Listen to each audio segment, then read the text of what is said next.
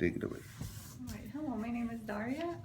I will be teaching intermolecular forces to you guys today.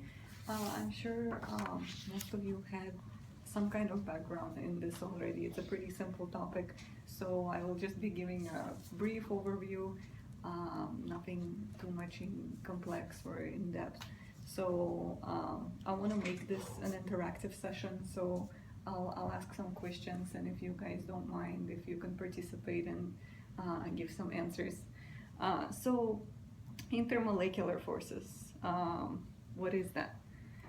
What are intermolecular forces? So, by definition, it's a type of energy that is created in between molecules or particles that is either attractive or repulsive energy in between them uh, that lets the molecules and the particles interact, basically. So, does anybody know any examples? Can anybody think of any examples where intermolecular forces can be seen in real life? Um, Everywhere. In everything. just a simple example. Like a type? Will be yes. Then Not like a type, but maybe something that we see obvious in real life, where we can say, well, surface tension. This is surface tension. Yes. That's one of those great examples that I was actually going to talk about as well.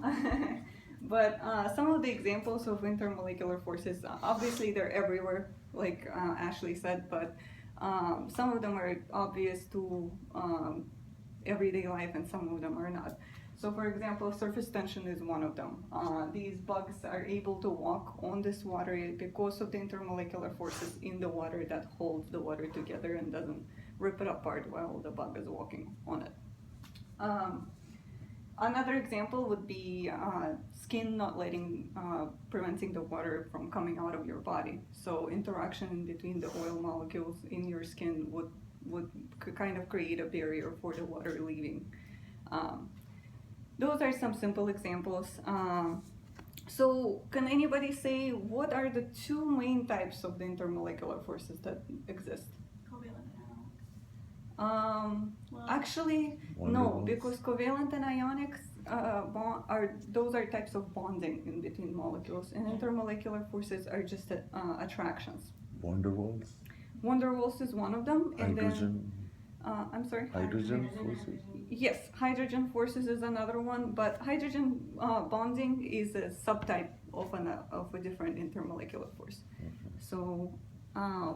Those two are dipole-dipole interactions, and the hydrogen bonding falls into dipole-dipole interactions and the van der Waals, like Ashley said. So let's just briefly look at what each one of those is. So what are dipole-dipole interactions? Can somebody explain? Who's not looking at the slide? An uneven distribution of the electrons within the molecule. Yes, exactly. So basically different molecules, they will have different sides of a molecule will have different type of partial charge in there because of uneven electron distribution. So for example, if on one side of the molecule there's more electrons, that side will be more negative than the other side, and the other side would have a partial charge of a positive. So when these two molecules come together, the positive sides of the molecule will be attracted to the negative sides of the other molecule that are in solution. And that attraction would be an example of a dipole-dipole interaction. So, like as previously we mentioned, an example of a major subclass of a dipole and dipole interaction would be hydrogen bonding. This is also the bonding that is responsible for that water tension that we looked at on one of the previous slides. So the negative nature of the oxygen side of the bond of the water molecule, you'll usually interact with the hydrogen side of another water molecule, and that interaction will be present there because of that. Usually hydrogen bonding applies to specific instances only though. The hydrogen bonding can only exist in between the atoms such as fluorine, oxygen, or nitrogen bonded to a hydrogen, and then hydrogen of that molecule will bond to those three elements. So why is dipole-dipole interaction important? What's one example that makes this interaction important in everyday life? Can somebody? Oil and water, they don't mix.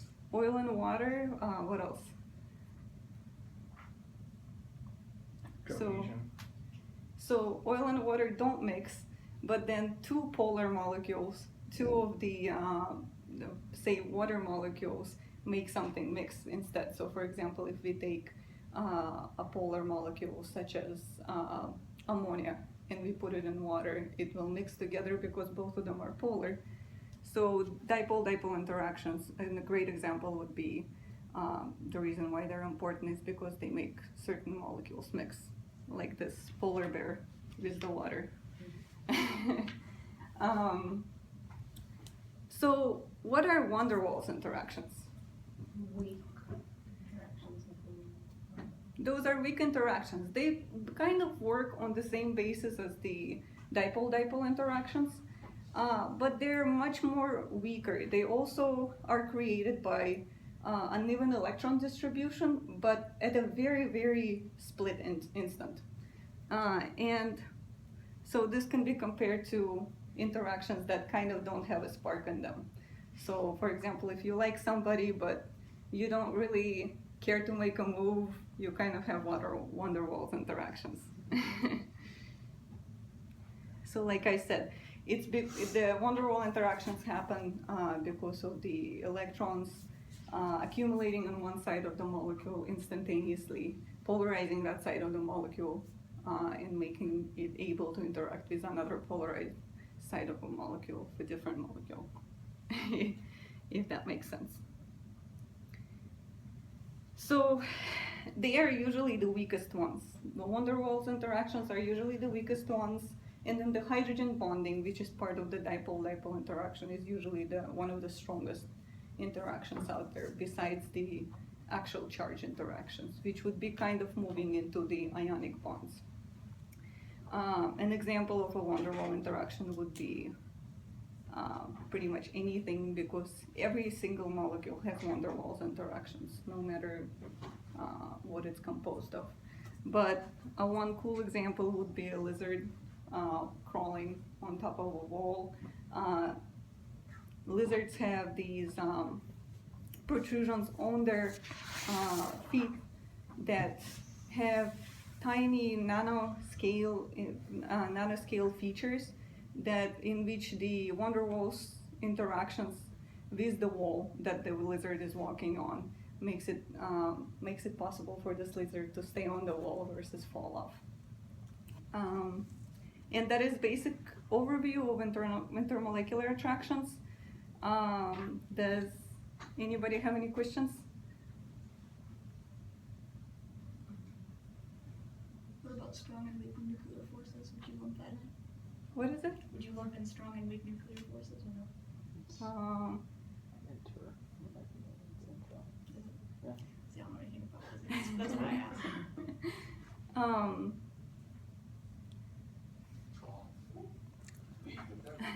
So no. I'm not sure.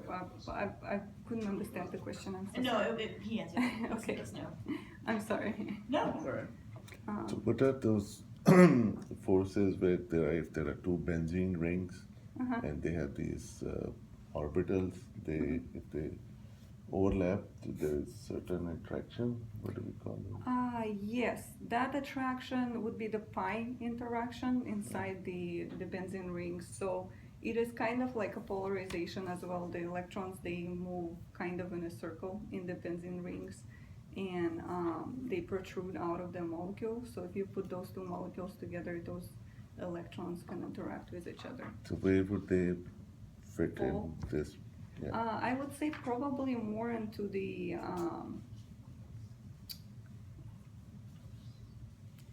that one is I wouldn't say it would be dipole-dipole interaction because there's no dipole in there. Right. I would call it more under the van der Waals interactions.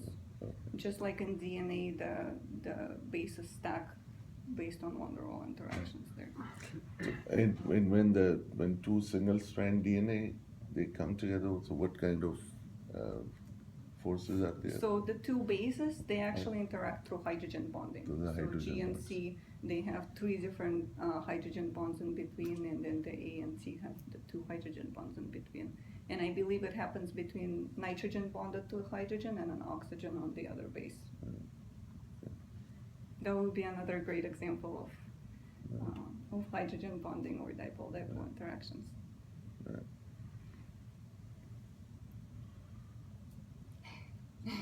So you are the teacher. When you let us go, we will go. I guess that's it for today. Thank you.